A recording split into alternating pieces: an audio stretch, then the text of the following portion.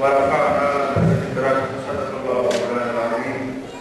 ثم قال الله تبارك وتعالى في مقام آخر قل بفضل الله وبرحمته فبذلك فليفرحوا صدق الله مولانا العظيم. الصلاة والسلام عليك يا رسول الله وعلى آلك وأصحابك يا حبيب الله.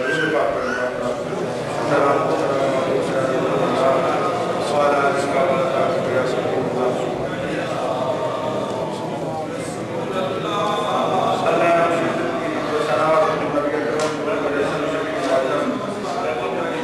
امام النبیین قائد مطلعین فرقان دعوت شافع معاشر احمد مصطفیٰ حضرت محمد مصطفیٰ صلی اللہ علیہ وآلہ وسلم وبارک وسلم کرنے کے بعد معزز محترم علماء کرام دوستوں، میں حقیر مکرم محترم جناب ڈاکٹر رفیق چودھری صاحب کو آج کی ملاقات تقریب اور ضرور میلاد نبی صلی اللہ علیہ وسلم کی انعقاد پر مبارکباد پیش کرتا ہوں۔ میری اور آپ کی یہ خوش نصیبی ہے کہ ہم رسول اکرم صلی اللہ علیہ وسلم کے ذکر پاک کی مجلس میں حاضر ہیں۔ رسول اللہ صلی اللہ علیہ وسلم کو اللہ کریم نے جو مقام جو درجات عطا فرمائے، اللہ کا قرآن جا بجا میں بیان فرماتا ہے۔ اللہ کریم نے فرمایا وَرَفَعْنَا لَكَ ذِكْرَكَ، اے حبیب صلی اللہ علیہ وسلم ہم نے آپ کے ذریعے آپ کے ذکر پاک کو بلندی اور عزت عطا فرمائی۔ علماء کہتے ہیں کہ کسی بھی چیز کو کوئی بھی اگر بلند کرے تو وہ اتنا بلند کرتا ہے جتنی اس کی طاقت ہوتی ہے، جتنا جو اسے بلند کر سکتا ہے۔ اللہ کریم نے اپنی شان کے مطابق اپنے حبیب کے ذکر پاک کو بلند کر دیا۔ آواز بلند کہہ دیجیے سبحان اللہ۔ علامہ جلال الدین سیوطی رحمۃ اللہ علیہ میں فرماتے ہیں اللہ کریم نے اپنے حبیب پاک صلی اللہ علیہ وسلم کو کتنا ذکر پاک کو کتنا بلند کیا ہے۔ فرمایا حضور کے ذکر پاک کی بلندی کی ایک نشانی یہ ہے کہ جس بندے کو اللہ کے حبیب کے ذکر کے کرنے کی توفیق ملے، اللہ ذکر مصطفیٰ کا صدقہ اسے بھی بلندی عطا فرما دیتا۔ تو وہ ذکر کتنا بلند ہوگا جس ذکر کے کرنے والے ذاکر کو ذکر کا صدقہ بلندیاں نصیب ہو جائے۔ اور حدیث قدسی ہے، علامہ سیوطی کہتے ہیں اللہ کریم کا یہ فرمان ہے، نبی اکرم نور مجسم شفیع معظم صلی اللہ علیہ وسلم نے فرمایا اللہ کریم فرماتا ہے کہ جو بندہ میرا ذکر کرے لیس لہو، فرمایا اور تیرا ذکر نہ کرے، نبی اکرم صلی اللہ علیہ وسلم فرماتے ہیں فرمایا حبیب میرا ذکر کرے تیرا نہ کرے لیس لہو فی الجنت نصیب، اس بندے کے نصیب میں اس کے مقدر میں جنت کی ہوا بھی نہیں ہو سکتی، جنت اسے ہی ملے گی، میری نعمتیں اسے ہی نصیب ہوں گی جو میرا ذکر کرے اور میرے ذکر کے ساتھ تیرا ذکر بھی کرتا رہے۔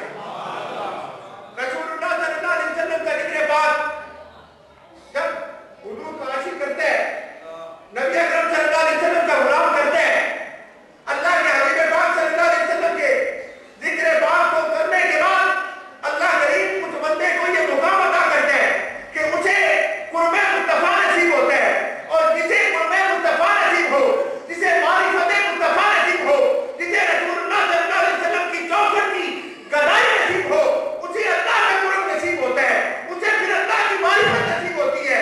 اور یہ بات یاد رکھ لیں، اللہ کسی اپنا قرب ادا کرنا چاہے، اللہ کسی اپنی معرفت ادا کرنا چاہے، اسے در مصطفیٰ کی گدائی نصیب کر دیتا ہے، اسے رسول اللہ صلی اللہ علیہ وسلم کے ذکر کی توفیق عطا کرتا ہے۔ ہم صبح سے اب تک رسول اللہ صلی اللہ علیہ وسلم کا ذکر پاک نظم کی صورت میں نظم کی صورت میں کر رہے ہیں۔ حضور کا میلاد پاک کی مجلس ہے، بخاری شریف میں حدیث ہے، رسول پاک صلی اللہ علیہ وسلم فرماتے ہیں فرمایا اللہ کریم نے مجھے ان رفعتوں سے معمور کیا، اللہ نے مجھے یہ مقام عطا کیا۔ اللہ کریم کی وہ عطا کرنا 5 نعمتیں نبی اکرم صلی اللہ علیہ وسلم خود بیان کرواتی ہیں۔ وقت نہیں ہے، میں صرف ایک جملہ حدیث پاک کا ایک چھوٹا سا جملہ پیش کرنا چاہتا ہوں۔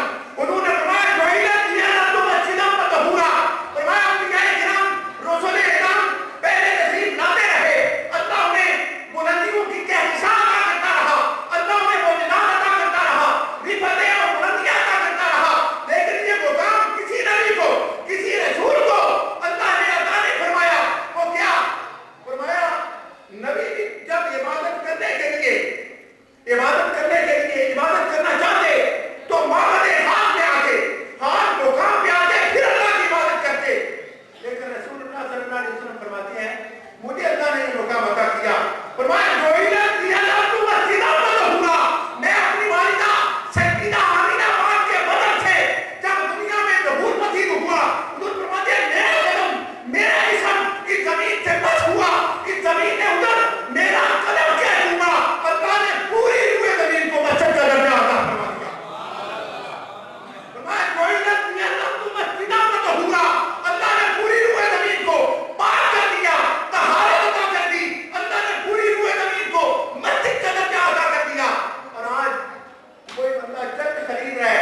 وہاں نماز شروع ہو جاتی ہے.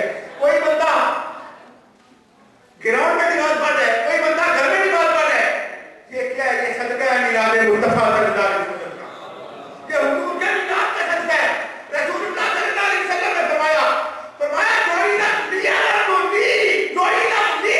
اللہ نے میرے قدم کی برکت سے پوری روح زمین کو مسجد. اب ذرا غور فرمائیں, رسول اللہ صلی اللہ علیہ وسلم کا میلاد پاک ہوا, حضور تشریف لائے, حضور کا قدم پاک زمین نے چھوما.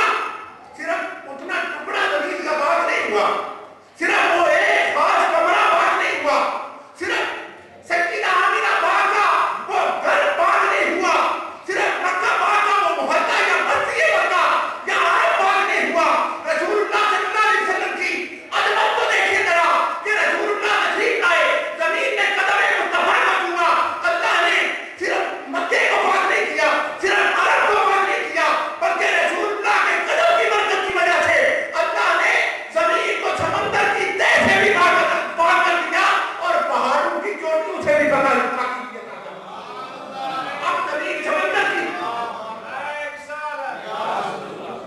اب زمین سمندر کی تہ سے بھی پاک ہے, پہاڑ کی چوٹی سے بھی پاک. رسول اللہ صلی اللہ علیہ وسلم نے قدم زمین کے ساتھ لگا حضور کا. اب سوال پیدا ہوتا ہے, آج لوگ باتیں کرتے ہیں, ہمارے ادھر پونی آئلینڈ پہ بڑا شور ہے یہ اریاض باللہ, حضور صلی اللہ علیہ وسلم کے صحابہ اکرام کے متعلق لوگ باتیں کرتے ہیں.